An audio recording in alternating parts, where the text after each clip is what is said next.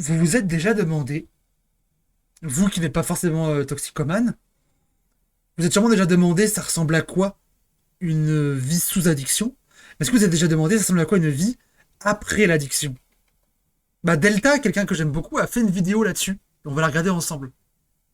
C'est très cool parce qu'on pense jamais à penser l'après-drogue. On pense toujours aux causes qui y amènent, pour dire qu'il faut pas le faire. On pense toujours au présent pour dire que c'est terrible, on pense pas à l'après. Est-ce qu'on peut être heureux après drogue? Est-ce que c'est compliqué? On va voir. Attendez. Allez voir, la vidéo a l'air un peu cool. Plus c'est court, c'est 16 minutes par rapport à la capsule d'avant qui a duré 2 heures, c'est pas mal. C'est trop fort par contre, c'est trop fort. Bonjour à tous, c'est Delta et bienvenue dans mon émission Delta Plane. Pire jeu de mots de tout YouTube, mais on a fini par s'y habituer.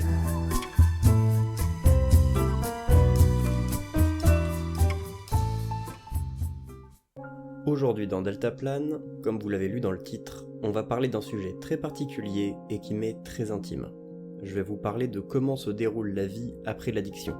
Parce que Delta, pour le coup, c'est quelqu'un qui a vraiment été polytoxicomane, mais genre vénère, qui a été accro à énormément de choses, souvent en même temps, et dont le contenu était basé autour du fait d'être toxico. Donc il faisait quasiment que des vidéos de RDR, de ceci, de cela. Il a fait 2-3 autres projets, mais c'était un peu, bon, pas trop marché.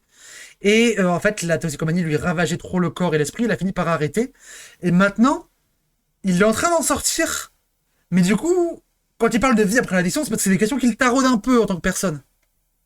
Après les défonces répétées et excessives. Après les réveils en sueur, les organes en vrac et les cerveaux fatigués. Je vais vous parler de cette vie. Après les réveils en sueur, alors les réveils en sueur, c'est pas le pire. Pour moi, le pire, c'est dans certains cas de désintox. T'as les organes qui flanchent, t'as les réveils en sueur, mais t'as les réveils aussi parce que, comment dire, certains symptômes de manque et de sevrage font que t'as les sphincters qui sont plus si fiables que ça. Se réveiller dans sa sueur, c'est pas agréable. Se réveiller dans sa merde, c'est encore autre chose. On reconstruit sur un champ de ruines une vie sans produits, sans béquilles chimiques et sans fuite. Certains d'entre vous connaissent mes vidéos, d'autres tombent sur celle-ci au hasard. Alors sans béquille chimique, du coup ça peut vouloir dire plusieurs choses. C'est, je sais pas si lui veut dire sans drogue, ou s'il veut dire sans drogue et sans substitut, parce qu'il y a certaines drogues que beaucoup de gens arrêtent en prenant des substituts à vie, notamment l'héroïne, les gens arrêtent en prenant des Subutex toute leur vie. Pour ceux qui ne le sauraient pas, j'ai eu un passé de polytoxicomanie assez sévère. C'est ça. J'ai fait plusieurs vidéos sur le sujet, vous pouvez retrouver les liens dans les fiches. Je suis passé par à peu près tout ce qui existe et j'ai eu de multiples addictions.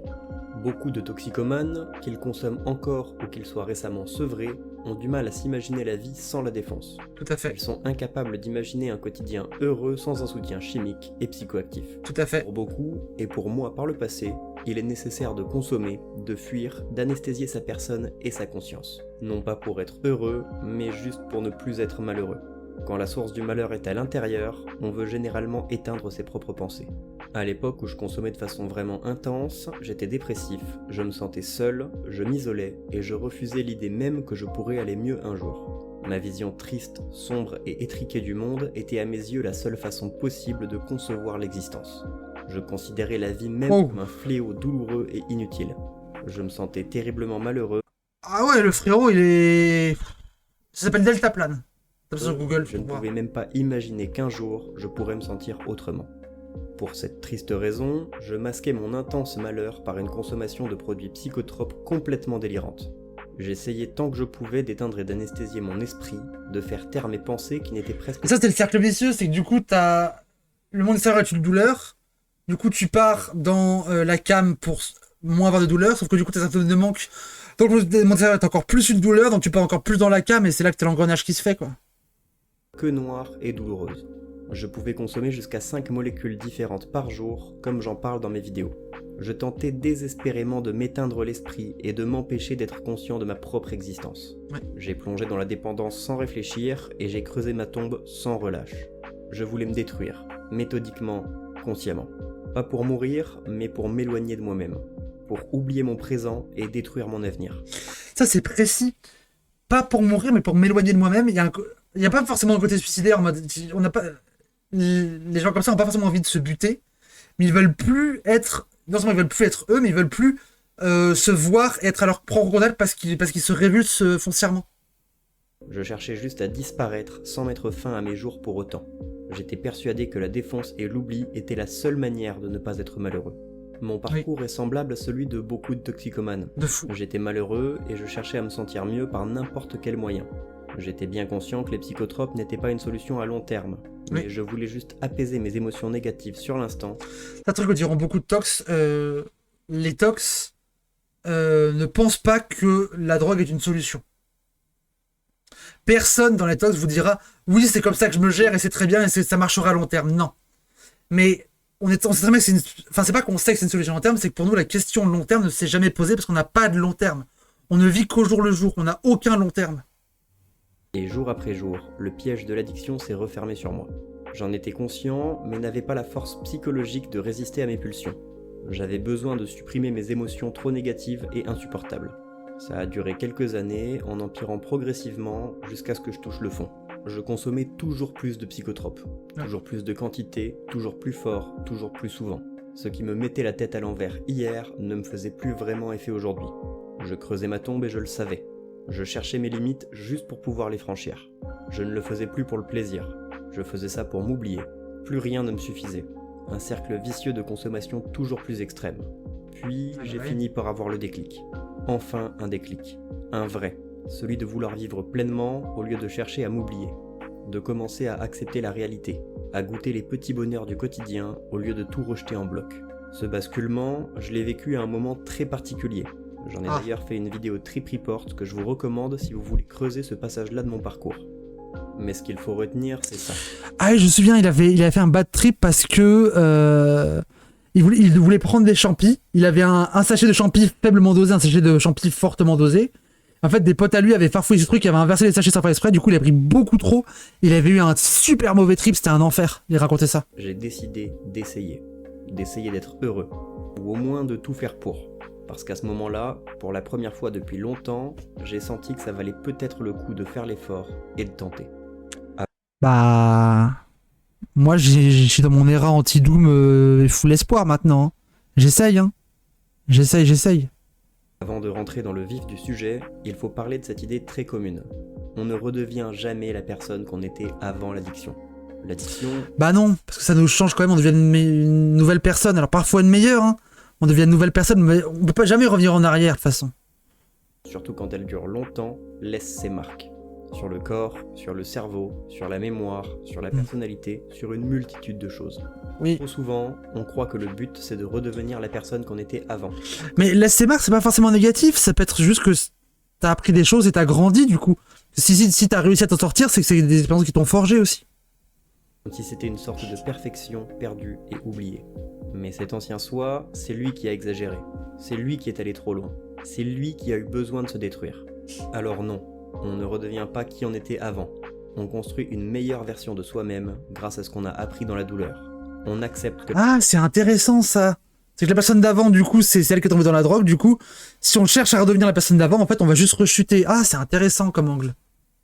La personne qu'on était est derrière, et on construit le soi de demain. L'ancien soi, on peut l'aimer ou le haïr, mais il faut finir par l'accepter. Alors on ne revient pas en arrière, parce qu'on ne veut pas redevenir cette personne-là. On se bat pour changer. Les premières semaines, voire mois du sevrage sont évidemment très difficiles, Ouais, voire douloureux. ouais. Il y a des rechutes, des tentatives, du désespoir et de la peur. Ouais. Lorsque le corps se purge d'une molécule dont il est tant dépendant, c'est un combat intense contre soi-même. Ouais. Une guerre de l'esprit contre ses propres pulsions. Je ne détaillerai pas comment j'ai personnellement vécu mon sevrage, mais si ça vous intéresse et que vous voulez une vidéo à ce sujet, faites-le moi savoir en commentaire. Les quelques semaines après le sevrage et après le manque, en général, on ne sent juste rien. On ne pleure pas, on ne rit pas, on ne kiffe aucune activité pleinement, on n'a pas faim, on a juste envie de rien et il est généralement très difficile de ressentir du plaisir. On survit, sans avoir vraiment envie de mourir, mais sans trop savoir... Il y en a qui ont fait sevrage sans cure ni béquille addicto, bah moi, hein. Moi. Pourquoi on continue à vivre non plus. L'ancien moi, je veux juste le sauver, t'y arriveras pas, ça marche pas comme ça. Ça marche vraiment pas comme ça. On est fier de son sevrage, mais on se demande parfois pourquoi on l'a fait. C'est pas qu'on va mal, c'est juste qu'on ne ressent plus rien. On est vidé de toute émotion positive. Et c'est ça, Après, moi, j'étais vidé de tout, sauf de la douleur. La douleur, elle restait. Hein. le premier vrai choc. L'anédonie, cette absence totale de plaisir. Oui. Avoir connu des sensations très intenses de façon régulière, voire quasi permanente, la sobriété paraît très lente, très plate, presque insipide. Chaque jour s'étire sans intensité, comme une longue attente où le temps semble s'étirer sans but. Cette absence de stimulation rend la patience difficile. C'est aussi à ce moment qu'il est le plus facile de ressombrer dans l'addiction. On se dit qu'on a réussi le sevrage, qu'on s'ennuie et qu'on peut se permettre de le refaire juste une fois. Ah, moi, c'était même pas ça. Moi, c'était vraiment le côté genre, je suis sevré. Enfin, je suis en sevrage, mais je ne ressens rien. Je préfère encore me détruire que de ne rien ressentir. C'était la cam, Rabla. Ouais, c'était des trucs un peu chiants. Un peu lourds. Mais c'est une erreur tragique, car dans l'écrasante majorité des cas, ce n'est pas qu'une exception, et cette prise mène à la rechute. C'est à ce moment-là qu'on doit trouver une nouvelle source de plaisir, une source de bonheur saine. En ce qui me concerne, ça a été le sport. Je me suis mis à pratiquer à nouveau des sports qui me passionnaient avant ma période de polytoxicomanie. Dans mon cas, ça a été le parcours et l'escalade. Je me suis mis à escalader des murs, retravailler des mouvements que je n'avais pas effectués depuis une éternité. J'essayais de retrouver les sensations incroyables d'il y a quelques années, de réveiller la flamme de ma passion passée, mais j'étais physiquement trop chétif pour performer correctement. Au début, c'était violent et douloureux. Je me sentais faible, lent, incapable. J'avais envie d'abandonner car j'avais perdu tout mon niveau. J'étais incapable de faire des choses qui m'étaient pourtant très simples quelques années en arrière. Là, il parle du sport comme manière de choper des endorphines, mais il y en a plein. C'est pas obligé, on n'est pas en mode Thibaut InShape, vous devez faire du sport pour ça. Non, le sport, ça marchait pour lui et c'est chouette. Il y a d'autres manières. Moi, je suis sorti via le contact social avec les gens et via la pression que du coup ça me mettait. Moi, j'en suis sorti via ça. Il y a des gens qui sont sortis via une relation amoureuse. Les gens qui sont sortis via, je sais pas, un passe-temps, un truc comme ça, un truc. Il faut quelque chose qui vous occupe, en fait. Parce que quand vous êtes en sevrage, la pire chose, c'est l'ennui. En fait, le sevrage, c'est... Comment dire? C'est un jeu de patience. C'est un jeu de patience, il faut arriver à tenir. Et tu joues contre le temps. Pas en mode contre la montre, en fait, l'exact inverse. Je sais pas comment dire, du coup, tu joues avec la montre. Mais du coup, quand tu t'ennuies, c'est le moment où le temps passe le plus lentement. C'est le moment où tu as le plus de risque de rechuter et il faut arriver à ne pas s'ennuyer. Et c'est dur. C'est dur, il faut arriver à faire passer le temps vite. Et c'est là qu'il faut trouver un truc qui t'occupe. Ou des gens qui t'occupent. Mais j'y suis retourné, jour après jour, encore et encore. Et je me suis progressivement rendu compte que je me sentais bien pendant que je m'entraînais. Je ne pensais à rien d'autre qu'à ma pratique sportive. J'étais concentré à fond sur l'instant présent, si bien que j'oubliais les combats intérieurs que je menais. Je ne pensais à rien d'autre qu'à ma pratique sportive. J'étais concentré à fond sur l'instant présent, si bien que j'oubliais les combats intérieurs que je menais. Le sport, ça a été mon premier vrai plaisir sain. C'était la première fois depuis des années que je ressentais quelque chose d'agréable sans l'aide d'un produit chimique. J'ai transpiré, j'ai craché mes poumons, j'ai tremblé, j'ai souffert, mais je me sentais vivant. Et ça m'a changé. Le sport m'a donné un cadre, un objectif, une progression concrète. Ma volonté de progresser a été ma motivation pour tenir mon sevrage. Je savais que si je me défonçais, je n'atteindrais pas mes objectifs sportifs. Ça m'a montré que j'étais pas foutu, que je pouvais... Moi, je savais que si je me défonçais, d'ailleurs, ça arrivait une fois, j'allais mettre les gens autour de moi dans la galère et je voulais plus jamais faire ça. J'ai eu des rechutes, même un peu de temps après, mais je voulais plus faire ressentir ça aux gens. Ça a l'air très chiant. Alors, une fois de plus, ça a marché pour lui, il y a d'autres choses. Il y a vraiment d'autres choses. évoluer positivement et que je pouvais encore repousser mes limites, mais d'une façon saine sur le long terme. Le sport a vraiment été mon moteur et ma source de motivation pour devenir une meilleure version de moi-même. Un sport intense, régulier, mais structurant. J'ai commencé à m'entraîner sérieusement presque tous les jours. Je défoulais mon désir de sensations fortes dans des exercices physiques intenses. Au début, j'étais motivé, puis je suis devenu discipliné. Dès que je sentais que ça n'allait pas, que j'avais envie Le CBD, c'est une béquille, ça peut, hein. de courir, je faisais des tractions, des pompes, n'importe quoi. Du moment que ça me faisait transpirer et que ça me sortait de ma tête et de mes pensées. Le sport est devenu mon échappatoire. Une manière de me reconnecter à mon corps, de le réhabiliter, de changer pour le mieux et d'apprendre à l'aimer. J'ai appris à prendre soin de moi, à manger mieux, à dormir correctement, à écouter mon corps et mon esprit. J'ai appris à m'aimer, à être fier de moi et de mes progrès. C'est pas un truc que j'ai décidé, c'est un processus lent, imperceptible, mais important. Encore aujourd'hui, et même si c'est de plus en plus rare, quand mes envies de consommer reviennent, je me distrais. J'écris dans mon journal, je travaille sur une vidéo pour la poster sur YouTube. je bouge un peu, je suis actif, je m'occupe, c'est ça qui me maintient. Mais il faut pas se voiler la face. Lutter contre l'ennui, Même avec le toujours. Même avec la fierté du sevrage, il y a des moments où tout nous retombe dessus.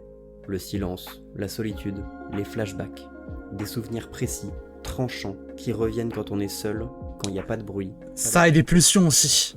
On revoit des lieux, des substances, le regard des gens qu'on a déçus, trahis ou perdus. On a beau avoir changé, on a beau aller mieux, il y a toujours une part de nous qui vit dans le passé. Mhm. On ressent une culpabilité indescriptible. Oui. Elle murmure, t'as fait ceci, t'as été cela. Oui. Et il faut l'encaisser, l'accepter. Il faut pas chercher à l'ignorer. Il Et il faut surtout accepter qu'elle sera toujours là et qu'elle partira jamais vraiment. faut l'écouter, la regarder en face sans fuir. C'est là qu'on comprend que guérir, c'est pas juste arrêter. C'est porter tout ça, accepter qui on a été et faire des efforts pour devenir qui on veut être. Juste une petite parenthèse, la chaîne est très peu monétisée à cause de son sujet. Ah, tu m'étonnes. Si vous voulez me soutenir, n'hésitez pas Et moi aussi, soutenez-moi SVP. à Ah. devenir souscripteur de la Ça chaîne. fait 7 heures que je suis en live, là, au secours. YouTube, par pitié. Piège très commun dont il faut être conscient. Croire que son passé, c'est son identité. Comme si on était condamné pour toujours à être un ancien toxico. Quelqu'un qui a merdé trop fort pour mériter une suite heureuse à sa vie. J'y ai cru, moi aussi. J'en suis venu à parler de moi en disant Bah, au-delà de mériter, parce qu'il y a le truc de je mérite pas une suite heureuse, etc. Encore faut-il comprendre et être capable d'imaginer ce que c'est vraiment qu'une suite heureuse, parce que si tu te dis que tu mérites pas une suite heureuse, c'est que t'es capable de l'envisager déjà. Et beaucoup de gens, y compris moi à l'époque et même encore certains jours, sont en mode, mais en fait, une suite heureuse, ça veut dire quoi? C'est quoi une suite heureuse dans la situation dans laquelle je suis? Genre, ça veut dire quoi? Ça veut dire ne plus avoir mal? Mais quand j'ai plus mal, je ressens juste rien et c'est pire. Ça veut dire quoi une suite heureuse? Ça c'est le plus compliqué, je trouve. Arriver à se créer un horizon. je suis un ancien polytox.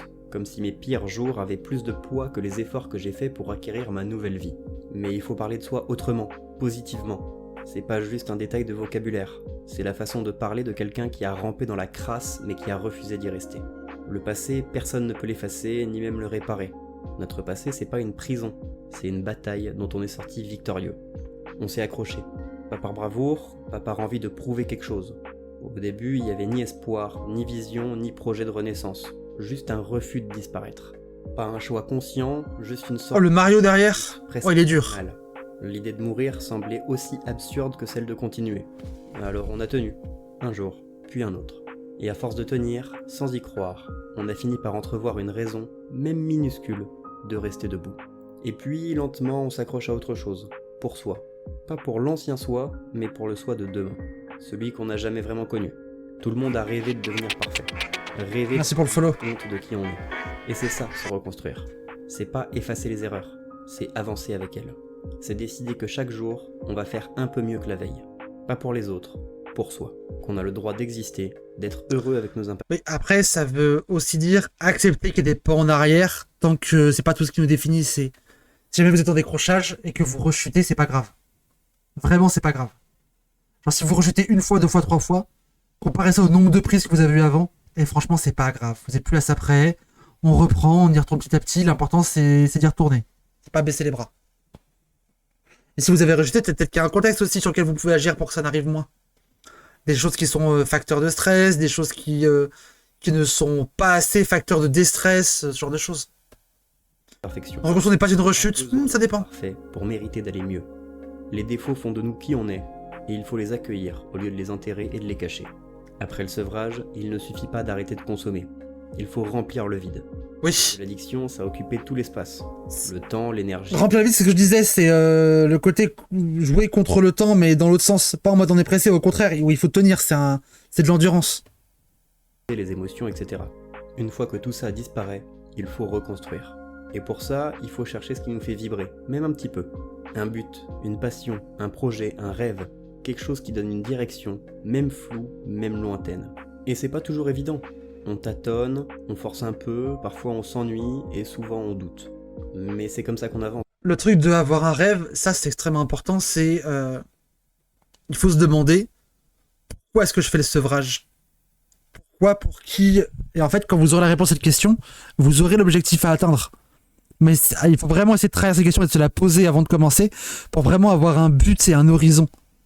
Si vous n'avez pas d'horizon, ça va être tellement dur parce que vous n'aurez aucune motivation pour le faire. Pourquoi vous le ferez? C'est trop dur. Parce que sans objectif, on stagne, on tourne en rond, Ouais, et les vieux voilà. on trouve toujours une porte entrouverte. Voilà. Trouver ce qui nous anime, c'est redonner du sens à chaque jour. Il est nécessaire de trouver une passion, un projet, d'avoir un objectif quel qu'il soit. Pas forcément quelque chose de grand ou de spectaculaire, juste un point vers lequel tendre. Parce que sans direction, on a l'impression de faire du surplace, de revivre les mêmes journées vides encore et encore. Avoir un objectif, aussi simple soit-il, c'est donner une structure au quotidien, une dynamique.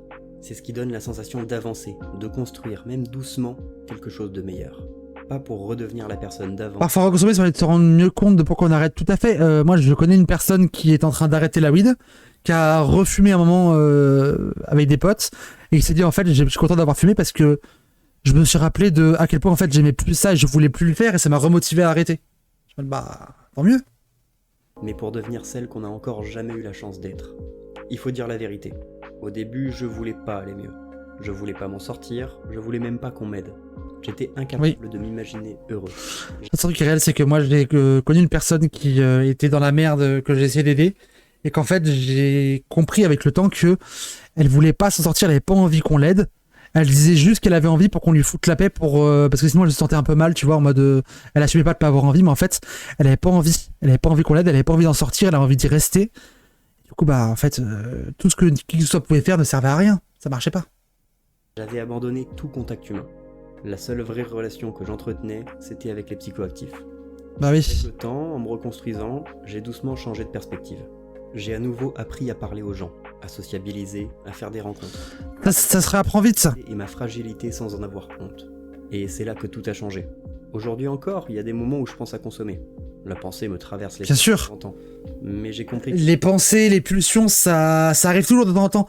Ça peut être en mode, vous y réfléchissez, vous posez le pour et le contre, ça peut être juste une pensée intrusive. Dans les deux cas, c'est des choses qui arrivent. Et ne vous sentez pas mal d'y avoir pensé. Sentez-vous fier de n'y avoir que pensé. penser, c'est pas agir. Alors je laisse couler. On est ce qu'on fait, parce qu'on pense. Parce que c'est ça aussi, être sevré et heureux. Pas juste arrêter les consommations, mais apprendre à vivre avec ce qui revient du passé, sans succomber à sa tentation. Ça peut être de faire un défi. Lou a dit, pour arrêter la drogue, faites le No Nut November et concentrez-vous dessus. Lou a dit ça. Autant. La vie après le sevrage, sans psychotrope, c'est pas une aventure spectaculaire pleine de rebondissements, loin de là. C'est souvent lent, compliqué et parfois franchement ennuyeux. Il n'y a plus ces montées d'adrénaline, ces moments d'évasion instantanée, ces sensations intenses qui brouillent tout. Il n'y a pas de fuite, pas de substance qui fait oublier la douleur ou le vide. Tu te retrouves seul, face à toi-même, avec tes pensées, tes démons, tes peurs et le temps qui semble parfois... C'est compliqué d'apprendre à vivre comme ça. Hein. Mais c'est justement dans cette lenteur, dans cette monotonie, que j'ai redécouvert quelque chose d'essentiel. La stabilité. L'ennui que j'avais toujours fui est devenu une sorte de refuge confortable. Un espace où je peux simplement exister, sans chercher à remplir chaque seconde avec des stimuli artificiels intenses. Et c'est là, au cœur de cette simplicité, que la fierté s'installe. Une fierté discrète, parfois presque imperceptible, mais toujours présente. Celle de réussir à traverser la journée. C'est bien ça. Sans se trahir. La fierté, c'est important. Ni les autres. Celle de s'endormir la conscience tranquille, en sachant qu'on n'a pas cédé, qu'on a tenu bon un jour de plus. Cette fierté-là, c'est celle qui nourrit le bonheur. Pas un feu d'artifice de plaisir, mais une paix profonde, stable et méditée. Ça, c'est hyper important. La grosse différence entre la fierté et le plaisir du tox et le plaisir de la sobriété, c'est ce n'est pas un feu d'artifice, c'est une stabilité. Et putain, c'est très bien dit. Une paix qui vient du fait que, malgré tout... Parce que quand vous avez quand vous êtes tox, du coup, les choses de plaisir que vous avez, c'est rien, et d'un coup, pouah, ça explose comme jamais, puis ça redescend, et c'est de nouveau rien. Alors que le but, c'est que ce rien de base, vous arrivez à le remonter un peu pour être normal tout le temps. Alors, il y a toujours des hauts et des bas, mais d'essayer d'arrêter d'être toujours très bas avec de temps en temps des immenses pics. Tu choisis la vie chaque jour, même quand elle semble grise et sans éclat. Et c'est ça, la vraie victoire. Encore une fois, merci à tous d'avoir regardé la vidéo jusqu'au bout, j'espère que ça vous a plu. Si vous voulez poser des questions ou que vous voulez simplement discuter avec la communauté des psychonautes, vous pouvez rejoindre le serveur Discord officiel de l'émission. C'est le plus grand serveur C'est le meilleur des serveurs de RDR en réalité. Hein. RDR francophone. C'est par contre Oui. réservé aux personnes majeures. Le Oui. lien pour rejoindre est dans la description. Oui, oui, voilà. Mais c'est bien ce qui rappelle et qui finit sur la fierté. C'est quelque chose que j'aime bien parce que c'est un truc que je dis beaucoup aux gens en ce moment, c'est tête haute, épaule droite, tu es forte. Tête haute, épaule droite. Tête haute, épaule droite. Et vous aussi le chat. Toujours. Tête haute, épaule droite. Toujours. Vous êtes fiers. Vous êtes fiers de ce que vous êtes, vous êtes fiers de ce que vous avez accompli. Tête haute, épaule droite. Et on y va, et on y va, et on y va. Et on n'arrête pas. Toujours. Alors je dis avec plus ou moins d'énergie. Aujourd'hui, j'ai eu moins d'énergie parce que je suis fatigué, mais je le pense toujours. Tête haute, épaule droite. Non, bah non, allez pas sur Reddit. Mais sur son Discord, il est vraiment sympa. Et si vous êtes en sevrage, constamment, tête haute, épaule droite. Ce que vous faites, c'est bien, vous le faites pour de bonnes raisons. Soyez fiers. N'ayez aucune honte, soyez fiers. Je vous dis oui, il faut pas avoir honte, ça suffit pas de ne pas avoir honte. Il faut être fier. Tête haute, épaule droite. Bisous YouTube.